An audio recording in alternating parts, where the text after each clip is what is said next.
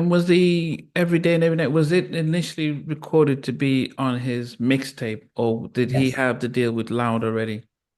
He had the deal with Loud, but it didn't include a production deal. It was just for the album, I believe. Now, don't quote me.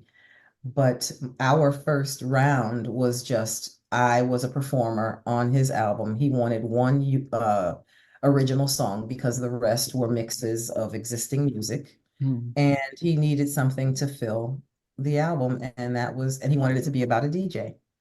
So I that's how it came about, and yeah, And so when the song was on the album, how did that the what was the catalyst for the song to the success of the yeah. album. The success of the album was the catalyst for Loud to offer him the option to sign me. The I think that I don't remember the number of units sold, but there was a lot of positive feedback. There was curiosity about who this artist was singing on his record, and it opened the door for me to get Loud's attention. So I was signed to Flex, but it was through Loud RCA. So in some ways, I was able to take advantage of the corporate support that RCA provided with marketing and promo or PR. And then Loud was learning it's the ropes. Steve Rifkin was he had a lot of foresight, but we were all babies in the game. And so it wasn't like there was a blueprint for me. There was a lot of, I guess strategic planning that needed to occur to figure out how to deal with not deal with me, but manage me as an artist. Where do I stand? There was a push for me to be more hip hop, a push for me to be more dance. So those were the growing pains that existed. And I think that perhaps it had to do with the fact that we were in an independent label and we were just feeling our way around. But yes, it was because of the success of the first single that I had an opportunity to do I'm Not Feeling You on the second mixtape. And while I was recording and promoting songs for Flex's mixtape, I was in the background recording my album, creating songs, working with producers, meeting people, trying to come up with other music to fill up the album. So I'm exciting times. yeah. Sorry. No, so I was gonna wonder then,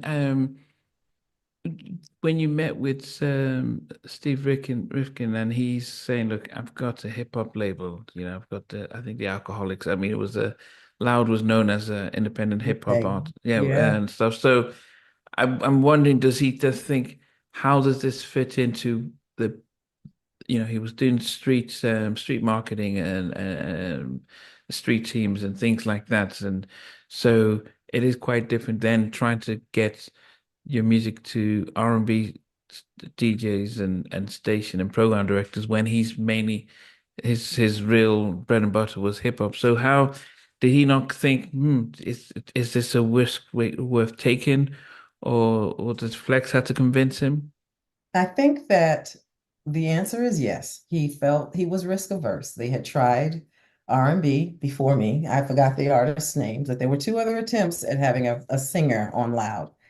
But the caveat or the incentive was Flex had control. He was on the radio. He was Oh, a 97 DJ. was he He okay? could play the records. Yes, on Hot Okay. 97. So to be in his good graces meant that your artist records were going to play. In my case, because I'm signed to him, he barely allowed the record to be mastered before it was on the radio. He's playing. And so I had the advantage of instant notoriety in New York City because this guy was playing my record all the time. He did the same for Wu-Tang. I'm sure there was some handshake agreements behind the Yeah. scenes where people, leveraged him because they knew he had that access. But yeah, that to me, this is my opinion. Mm. I believe that's what eased Steve Rifkin's concerns because even at a minimum, he could test the viability of the record because it would be played. He didn't have to pitch it.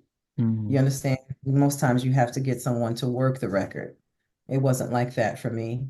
But fortunately, because of Yeah. Flex's role.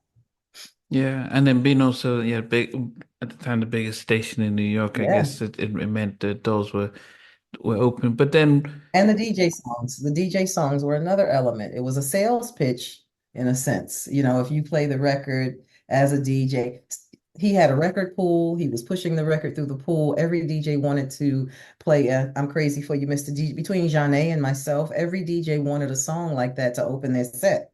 So I Okay, had that, okay, you okay. know. So at the time you were signed to Flex's production deal, to Loud to RCA, so you could see the different change.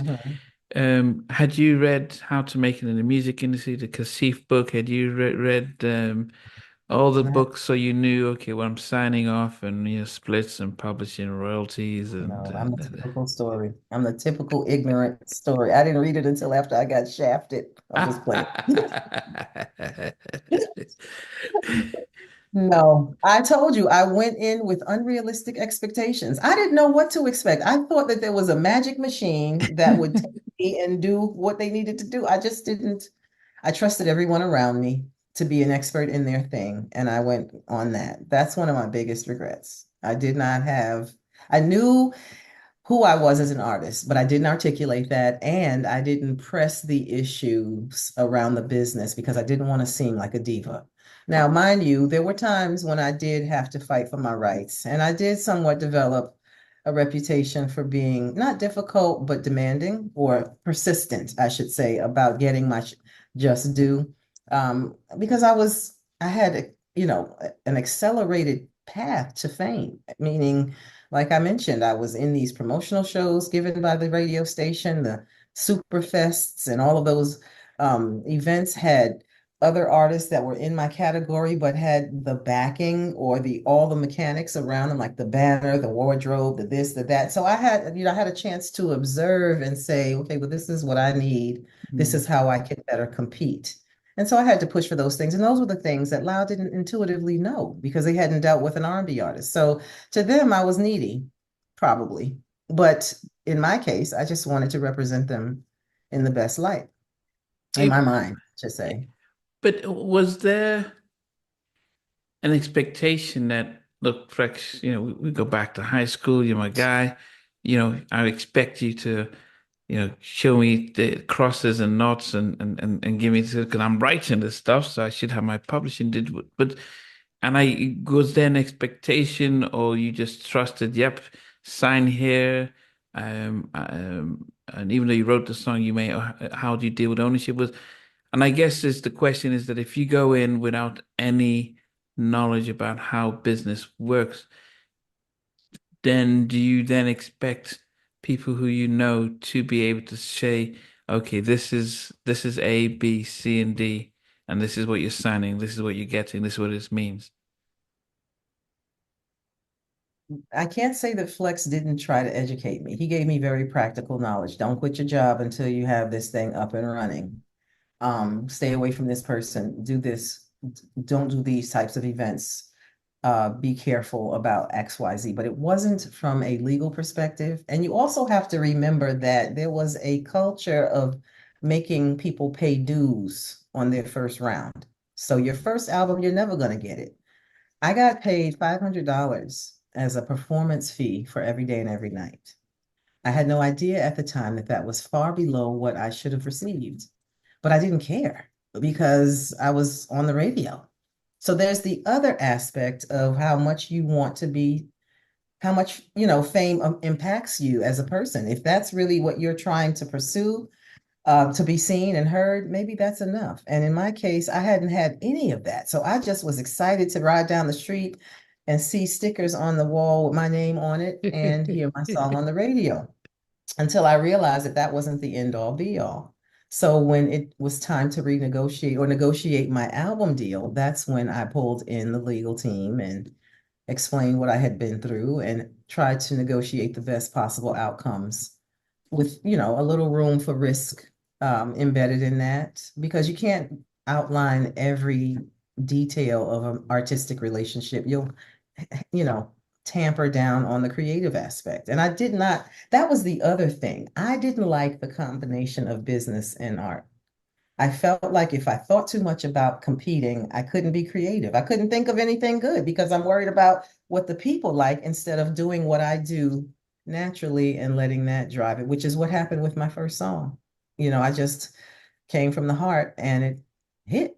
So I wanted to recreate that, but it was once I was out there, it was like, oh my God, is so and so doing that? Or are we doing that? Are we wearing that? Are we? So it was, it was, that was another aspect of me trying to survive. And I think Flex, to your point, was also jockeying for his growth and his career climb. He was younger in his, or earlier in his career, Mm. and he hadn't achieved all that he was setting out to do. And so um, we had to find our places amongst each other where no one stepped on anyone else's toes. There was a time when we had creative differences where the train stopped because we could not meet and agree on certain terms.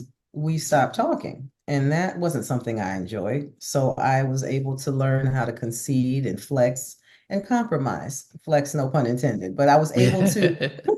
learn how to just adjust and compromise and meet people where they stand and halfway and understand. I had a conversation with someone recently from the label who said, Yvette, we didn't know what we were doing. You can't be mad. We were all dumb. I was like, yeah, I guess so. We were just people from the hood running these record labels, trying to perform, trying to find our way. And I'm holding all of this over their head. Like, why didn't you do this? What happened? What happened? And they're like, we didn't know. We didn't really know how to make you a star or do XYZ. So I don't blame anybody. I feel like everything happened in its divine order and the way it was supposed to, because the gems that I have today, I could be a manager. With all the things that I went through, I could be a tip top manager for any artist because I know all the mess and all the loopholes and all the tricks and the things that could go wrong, like Murphy's Law. So Hey guys, thanks for watching. Thanks for being a part of Halftime Chat. Please remember to subscribe, share, and comment. But most importantly, why don't you become a member of Halftime Chat? We've got amazing videos, amazing perks, and being able to support the channel. But anyway, thanks for watching. Take care. I never participated in that kind of. And somewhere in between us or even loving us, on which I didn't miss you with. What was it like growing up? she's still making an impact on 4 houses down. I have a couple of pieces. Trying to get this one and that one. That works for you, but just for me, No, okay. They don't understand what those boys do in all Play it.